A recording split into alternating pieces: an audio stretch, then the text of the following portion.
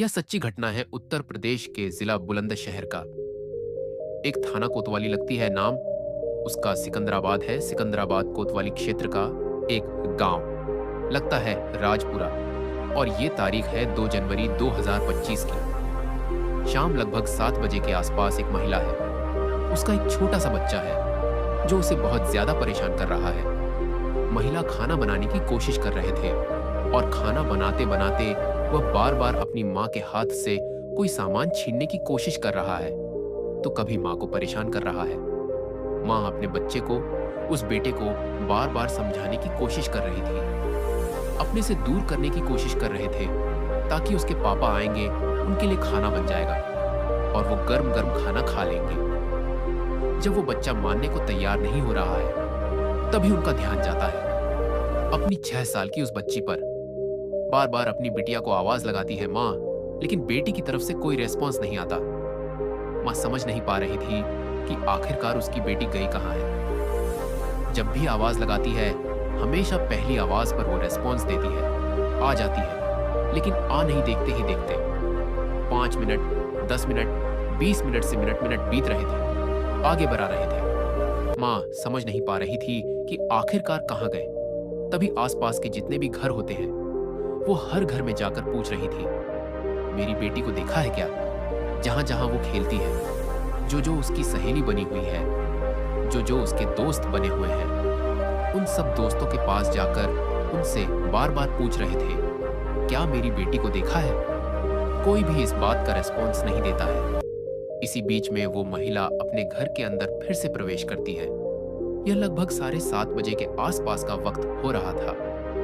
2 जनवरी 2025 की शाम लगभग 7:30 के आसपास अचानक ही कोई चीज गिरने जैसी आवाज आती है और जैसे ही उस महिला को कोई गिरने की आवाज आती है, वो खिड़की से झांक कर देखती है तो उसके पीछे जो वहां कोई आबादी नहीं है बल्कि खेत है। तो वो समझ नहीं पा रही थी। वो दौड़ ढहते हुए सीधा उस एरिया में जाती है, उस जगह पर जाती है जहां से कुछ गिरने की आवाज आती है। कोई चीज जैसे क्या जब गिरती है तो आवाज करती है।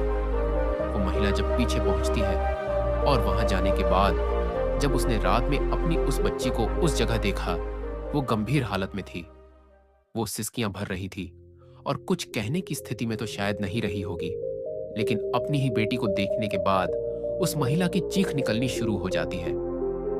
जब उस महिला ने जोर जोर से चीखना चिल्लाना शुरू किया है, तो उस महिला की चीखों की आवाज जो थी वो आसपास के घरों को भी चीरते हुए बहुत दूर तक पहुंच जाती है।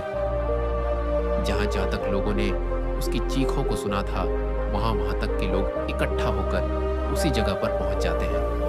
देखते क्या है कि बेटी को बड़ी मात्रा में ब्लड बह रहा था, जो छत से गिरने की वजह से वह गंभीर रूप से घायल हो जाती है। तभी उसको तत्काल ही जो नजदीक में सरकारी हॉस्पिटल होता है, वहां पर लेके जाते हैं। और जैसे लेके जाते हैं, डॉक्टर साहब के सामने वो हाथ फैलाए हुए भीख मांग रहे थे कि मेरी बच्ची की जिंदगी को बचा लीजिए। मैं बहुत रोते रोते बार बार अपनी बेटी की जिंदगी के लिए दुहाई कर रहे थे।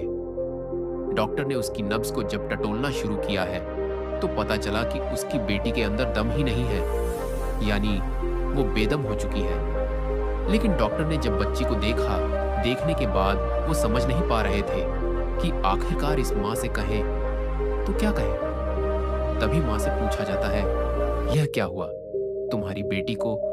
उन्होंने कहा कि मैं उसे ढूंढ रही थी। वो अचानक से गायब हो जाती है। मुझे ऐसा लगा जैसे कि छत से गिर गई थी, उसके चोट लग गई थी। लेकिन डॉक्टर कहते हैं कि छत से गिरी नहीं है, बल्कि बेटी के साथ, इस बच्ची के साथ तो दरिंदगी हुई है, कुछ गलत काम हुआ है। जब गलत काम वाली बात आती है तो माँ समझ नहीं पा रही थी कि आखिरकार क्या हुआ, कैसे हुआ, क्यों हुआ। तमाम तरह के सवाल थे उस माँ के दिमाग में। तभी माँ के दिमाग में अब जिस मंजिल पर वो रहती है, उससे ऊपर की मंजिल पर जो 2 लड़के रहते हैं, उनका चेहरा, उनकी सब कुछ बात दिमाग में घूमना शुरू हो जाती है। जैसे ही उस माँ ने सुना, उसके बाद उसके पति ने सुना, उसके बाद जो आसपास के लोग थे उन्होंने सुना, दौड़ाते हुए उधर ही भागने की कोशिश कर रहे थे। लेकिन इसी बीच में किसी ने पुलिस को फोन कर दिया। जैसे पुलिस के पास सूचना पहुंचती है और पुलिस एकदम से सक्रिय हो जाती है। रात के लगभग 8 बजे के आसपास का वक्त हो रहा था। उस इलाके के इंस्पेक्टर, उस इलाके के सर्किल ऑफिसर, उनके पास तक डॉक्टरों की तरफ से रिपोर्ट पहुंच जाती है कि इस लेडी डीडीएचकी के साथ सामूहिक बलात्कार जैसी घटना को अंजाम दिया गया है, और वो भी बहुत ही। इसमें आपको कुछ करना चाहिए। पुलिस से इसमें सक्रिय होती है क्योंकि यह मामला 2 समुदायों का था। इसलिए पुलिस ने बहुत ही गंभीरता से काम लिया और उन आरोपियों को ढूंढना शुरू कर दिया। आखिरकार कड़ी मशक्कत के बाद पुलिस उन दोनों आरोपियों तक पहुंच जाती है। कमरा रोड पर एक जगह थी, सुनसान एरिया में जाकर छुप जाते हैं। एक का नाम राजू होता है, उसके बाप का नाम राधे श्याम होता है, जो कि उत्तर प्रदेश के जिला बलरामपुर का एक थाना होता है। वहां का एक गांव लगता है। भगवानपुर वहां का वो रहने वाला होता है। उसी का एक दूसरा साथी होता है जिसका नाम वीरू कश्यप होता है। बाप का नाम उसके रमेश कश्यप होता है। उत्तर प्रदेश के लखीमपुर खीरी का गांव लगता है। गोरकानाथ वो वहां का रहने वाला होता है। पुलिस को सूचना मिलती है। जैसे पुलिस ने उनकी घेराबंदी करना शुरू किया है तो उन्होंने पुलिस पर भी हमला करना शुरू कर दिया। उधर से हमला हो रहा है, इधर से पुलिस अपने बचाव में कोशिश कर रही है, और देखते देखते एनकाउंटर हो जाता है। और एनकाउंटर में वो दोनों राजू और वीरू घायल हो जाते हैं। जब वो घायल हो जाते हैं तो उनसे पूछा जाता है कि पूरी घटनाक्रम क्या है, पूरी कहानी क्या है, आखिरकार तुमने क्या किया है, क्या नहीं किया है, तुम भागने की कोशिश क्यों कर रहे थे। जब उनसे पूछा जाता है तो उन्होंने कहा कि हम लोग शराब पी रहे थे। शराब पीते पीते काफी देर हो जाती है, बहुत ज्यादा नशे में थे, हमारे हाथ में नमकीन थी। एक बच्ची जो नीचे की जो रहती है वो अक्सर हमारे पास खेलने के लिए जाया करती थी।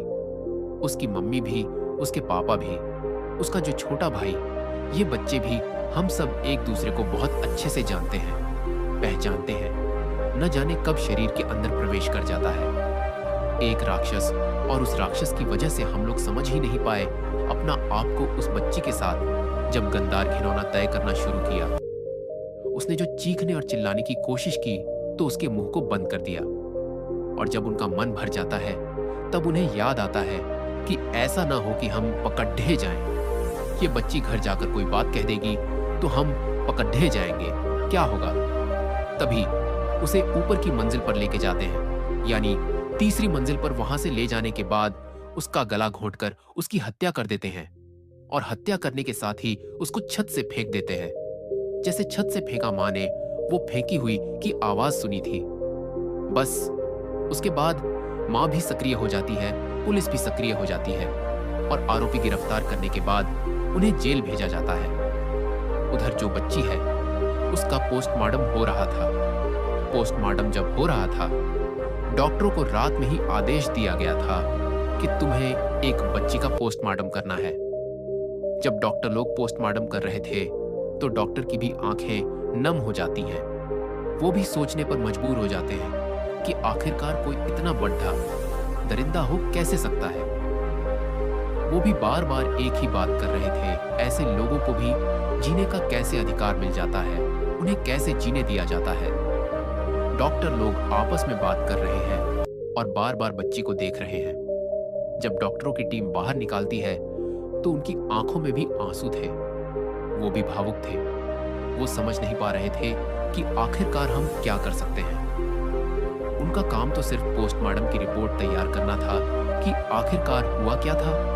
उसके बाद कहानी आगे बढ़ जाती है। लेकिन जब पुलिस ने उन दोनों अपराधियों को, आरोपियों को पकड़ा, तो पकड़ने के बाद जब अदालत में लेके जाते हैं और जज साहब के सामने जा खद्दा करते हैं, तो ऐसा बताया जाता है कि जज साहब को देखकर इतना गुस्सा आ जाता है।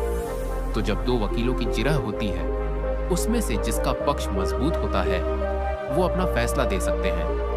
वो एकदम से तो ये नहीं कह सकते कि उनको फांसी पर चढ़ा दी जाए, लेकिन जज साहब भी अपने मन को कहीं ना कहीं महसूस कर रह जाता है। उस बच्ची को जो पोस्टमार्टम हो जाता है तो परिवार के सुपुर्द कर दी जाती है, उसके बाप के, उसके माँ के सुपुर्द कर दी जाती है। जो छोटा बच्चा होता है वो अब नहीं रो रहा था, बार बार बस इतना पूछा था कि दीदी बहन कहाँ है, अभी कहाँ है, इस तरह की बात करता था।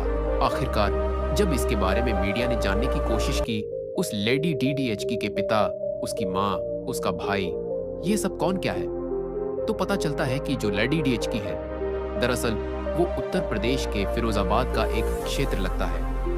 नारी वहां के रहने वाले होते हैं। जो पिता है वह मजदूर है, वहां पर मजदूरी करता था, चुद्धी बनाने का काम किया करता था फिरोजाबाद के। लेकिन हर दिन मजदूरी मिलती नहीं थी, इसीलिए उसको कहीं से यह सूचना मिलती है कि बुलंदशहर के सिकंदराबाद में औद्योगिक क्षेत्र है और वहां पर मेन नौकरी मिल सकती है। उसको नौकरी का ऑफर मिलता है, यानी कि 16,500 रुपए प्रति महीना के हिसाब से। वो समझ जाता है कि अब उसे बार बार इधर से उधर भागना नहीं पड्डी ढेगा।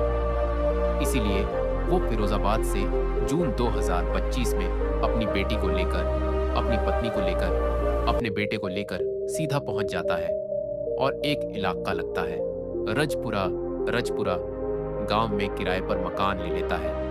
यह इलाका ऐसा है कि यहाँ पर बहुत सारे मजदूर तबके के लोग रहते हैं और यहीं से रहकर अपना काम धंधा करते हैं। ऐसे ही व्यक्ति है। जब ये अपनी बेटी की लाश को लेकर घर पहुंच जाता है तो घर जाने के बाद पूरा गांव के पास पहले ही सूचना, क्योंकि अखबारों के माध्यम से गांव के लोगों को सोशल मीडिया के माध्यम से पहले ही पता चल जाता है और बड़ी संख्या में लोग सड़कों पर उतर जाते हैं। सड़कों उतरने के बाद फिर रास्ते को जाम कर देते हैं।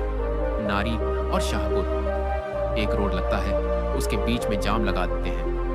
बेटी की लाश को सड़क पर रखकर फिर पुलिस आती है। पुलिस आने के बाद पूछती है कि आखिरकार तुमने यह जाम क्यों लगाया हुआ है, क्या बात है। वो कहते हैं कि हमें इंसाफ चाहिए।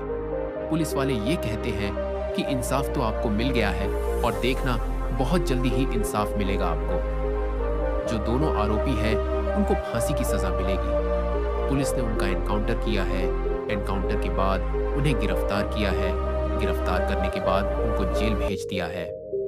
परिवार के लोगों को समझाया और समझाने के बाद वो उस बेटी का फिर सुपुर्दे खाक कर देते हैं और सुपुर्द करने के बाद फिर वो लोग अपने अपने घर चले जाते हैं। लेकिन उस रात ही नहीं, अगले 23 दिन तक ऐसा बताया जाता है कि शायद चूल्हे नहीं जलते। लोग सोचने पर मजबूर है कि आखिरकार को इतना भयंकर, इतना भयानक कदम कैसे उठा सकता है।